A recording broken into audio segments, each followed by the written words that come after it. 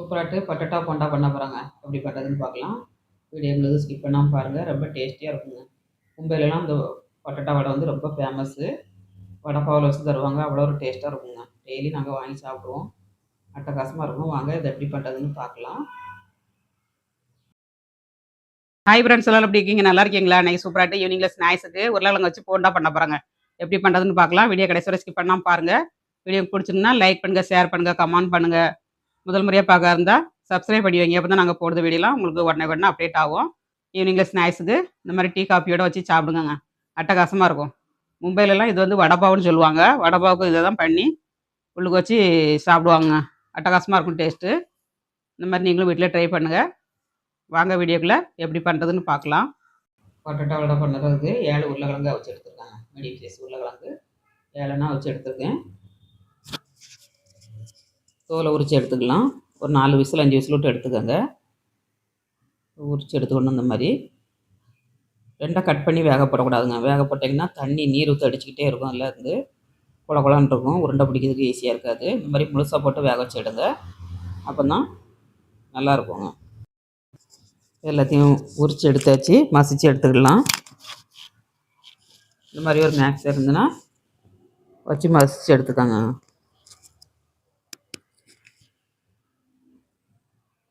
நல்லா கட்டி இல்லாமல் நல்லா மசிச்சு எடுத்துக்கணும்.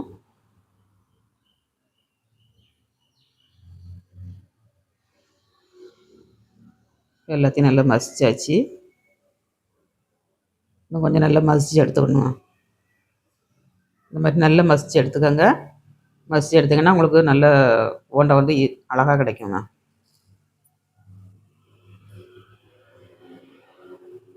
நல்லா மசிச்சாச்சு. ஒரு கடாயில் 2 ஸ்பூன் எண்ணெய் ஆட் பண்ணிக்கோங்க. தேங்காய் எண்ணெய் தான் ஆட் பண்ணியிருக்கேன். 1/2 ஸ்பூன் கடுகு, 1/2 ஸ்பூன் ஜீரகம், அப்புறமா இஞ்சி பொடிசாக கட் பண்ணி வச்சுருக்கேன். 2 பிஞ்சு அளவுக்கு இஞ்சி வச்சுக்கோங்க. ஒரு 4 பச்சை மிளகாய். இதையும் நல்லா ஃப்ரை பண்ணிக்கிடலாம்.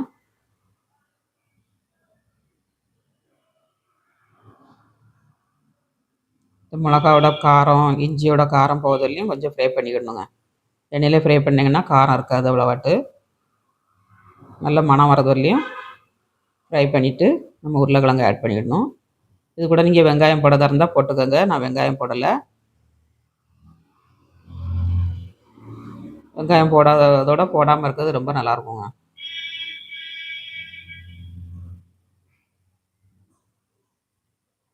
இது நல்லா மேஷ் பண்ணி எடுத்துக்கோங்க. இதில் மசாலா வந்து 1/2 ஸ்பூன் மஞ்சள் தூள், வரமிளகாத்தூள் 1/2 ஸ்பூன், உப்பு தேவையான அளவு போட்டுக்கோங்க. நல்லா மசிச்சு எடுத்துக்கணுங்க. கைவிடாமல் கிண்டுங்க. நல்லா மிக்ஸ் ஆயிரும். எல்லாம் நல்லா மிக்ஸ் பண்ணியாச்சு. இந்த மாதிரி மிக்ஸ் பண்ணி எடுத்துக்கணுங்க. இதில் லாஸ்ட்டில் மல்லித்தழை போட்டு கிண்டி நம்ம அடுப்பை ஆஃப் பண்ணிடலாம்.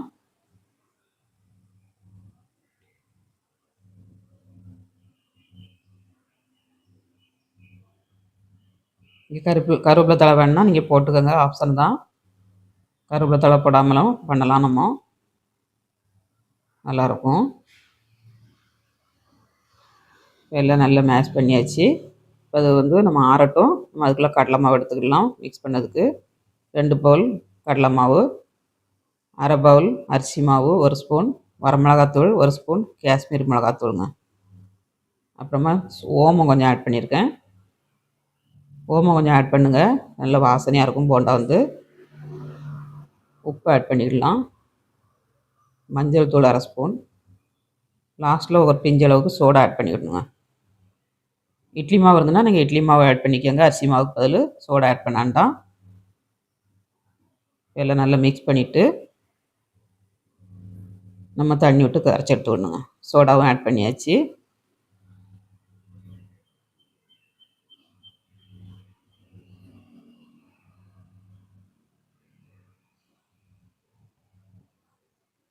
நல்லா மிக்ஸ் பண்ணியாச்சு. போண்டா சுடுறதுக்கு அடுப்பில் எண்ணெய் காய போட்டிருக்கேன். அதுலேருந்து ஒரு கரண்டி நல்லா காஞ்ச எண்ணெயாட்டு கோரி ஊற்றிக்கங்க. நல்லா கிறிஸ்பியாட்டு இருக்குங்க போண்டா வந்து. டேஸ்ட் ரொம்ப நல்லாயிருக்கும், மொறு மொறுன்னு.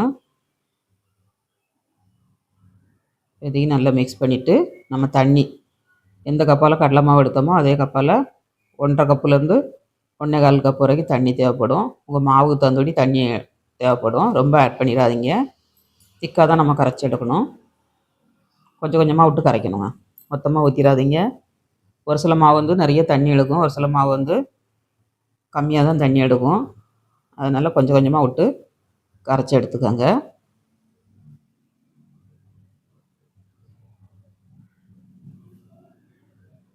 ஃபஸ்ட்டே தண்ணி ஊற்றினாலும் கட்டி கட்டியாக கிடக்குங்க, மிக்ஸ் ஆகாது.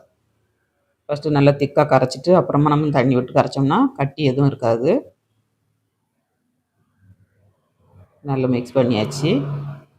அடுத்தது ஒரு 1/4 கப்பு தண்ணி ஊற்றி நல்லா மிக்ஸ் பண்ணிக்கோங்க. உங்களுக்கு கரெக்டாக இருக்கும்.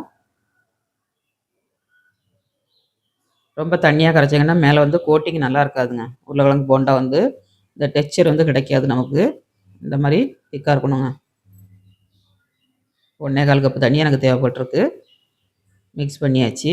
உருளைக்கிழங்கு மாவு வந்து நம்ம உருட்டி வச்சுக்கிடலாம்.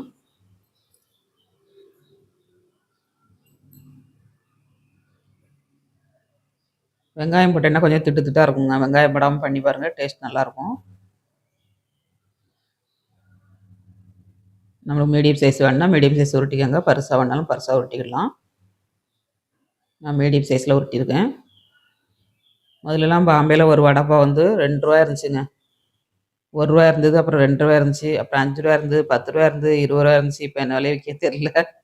டேஸ்ட் நல்லாயிருக்கும், எல்லாருமே வாங்கி சாப்பிடுவோம். சாயந்தரம் ஆகிட்டுனா அந்த வடைப்பாவை சாப்பிடாம யாராலையும் இருக்க முடியாதுங்க. அது கடைக்கிட்ட போனாலே ஒரு மனம் மணக்கும், ரோட்டுக்கு போனாலே. அதனால் வாங்கிடுவோம். 2 அணா சாப்பிட்டா போகிறோம், நைட்டு சாப்பாடே வேண்டாங்க. பாம்பே மக்களை வளர்த்து விட்டதே இந்த வடைப்பாவு தான். பேச்சுலர் பசங்களாம் 2 வடைப்பாவை சாப்பிட்டு படுத்துக்கிடுவாங்க. நைட்டு பசி எடுக்காது, காசும் கையில் இருக்காது திடீர்னு வேலைக்கு வந்தவங்களுக்கு. அதனால் 2 வடைப்பாவை வாங்கி சாப்பிட்டாங்கன்னா காசு மிச்சங்க. அதனால் இப்படி சாப்பிட்டு படுத்துக்கிடுவாங்க. எல்லாரையும் வாழ வச்ச தெய்வம் இந்த வடைப்பாவுங்க பாம்பேயில். இந்த மாதிரி கரண்டியில் கோரி போட்டிங்கன்னா உங்களுக்கு ஈஸியாக இருக்கும். திக்காக இருந்ததுன்னா நல்லா இருக்குங்க, பார்க்கறதுக்கும் நல்லாயிருக்கும், டேஸ்ட்டும் அட்டகாசமாக இருக்கும். இது வந்து ஒரு சட்னி, மல்லித்தழை சட்னி வச்சு நமக்கு ஒரு பாவில் வச்சு தருவாங்க. ₹20 வாங்கங்க. இப்போ ₹30 ஆயிருக்கும். நாங்கள் வாங்கும்போதெல்லாம் ₹15 ₹10 இருந்தது. இப்போ ₹20 ₹30 ஆயிருக்கும். திடீர்னு ஆசை வந்துச்சுன்னா, வடைப்பாவு ஆசை வந்துச்சுன்னா அப்படி பண்ணி சாப்பிடுவோங்க நாங்கள்.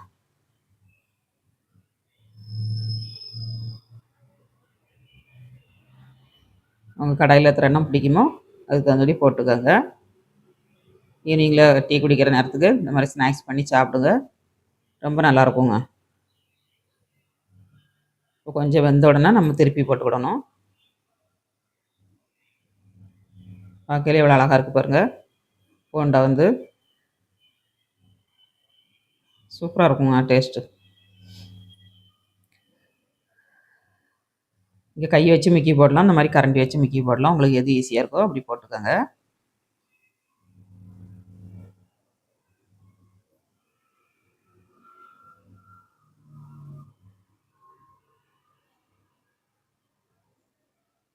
சூப்பராட்டு வெந்துருச்சு. நல்லா கலர் சேஞ்ச் ஆக ஆரம்பிச்சு. இந்த மாதிரி சேஞ்ச் ஆனோன்னா நம்ம எடுத்துக்கிடணுங்க. எடுத்துக்கிடலாம். ஒரு மாதிரி ஒரு டிப்ஸ் பேப்பர் போட்டு அதில் வச்சு வைங்க. எண்ணெய் இருந்ததுன்னா முடிஞ்சிருக்கும். இது எண்ணெயே குடிக்காது நமக்கு, ஏன்னா சோடா கம்மியாக தான் போட்டிருக்கோம் நம்ம. இங்கே தோசை மாவு இட்லி மாவு இருந்ததுன்னா அதில் போட்டு முக்குங்கங்க, நல்லா அழகாக இருக்கும். உங்களுக்கு சோடாவே ஆட் பண்ணான்ட்டான் அட்டகாசமாக கிடைக்கும். மிச்சம் இருக்க வடையும் நம்ம போட்டு எடுத்துக்கலாம்.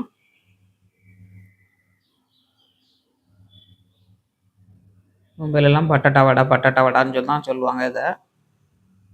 நம்ம ஊர் சைட்லலாம் அது போண்டாம்போம்.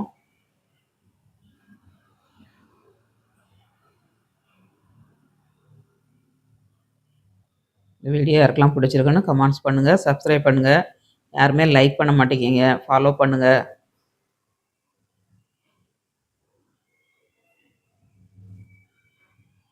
இதுவும் வெந்துருச்சு, நம்ம எடுத்துக்கலாம். எண்ணெய் அவ்வளோவா குடிக்கவே இல்லை பாருங்கள், போட்ட எண்ணெய் நம்ம அப்படியே இருக்குது.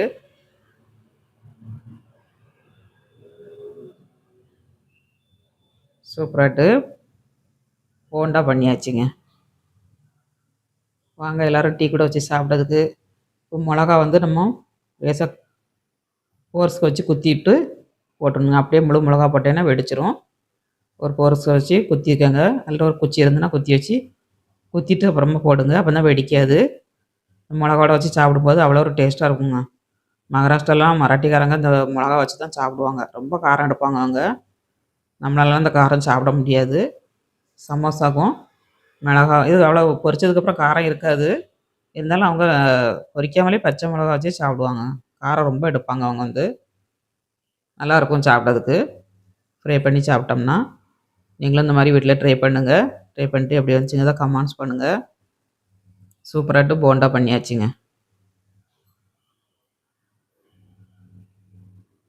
மிளகா ஒரு கடி கடிச்சு ஒரு கிளாஸ் டீ போட்டு வடையும் வச்சு சாப்பிட்டோம்னா அவ்வளோ ஒரு டேஸ்ட்டாக இருக்குங்க. எத்தனை நாள் ஆனாலும் அந்த சுவை வந்து நம்ம நாக்கை விட்டு போகாதுங்க. அந்த அளவுக்கு டேஸ்ட்டாக இருக்கும். ட்ரை பண்ணி பாருங்கள்.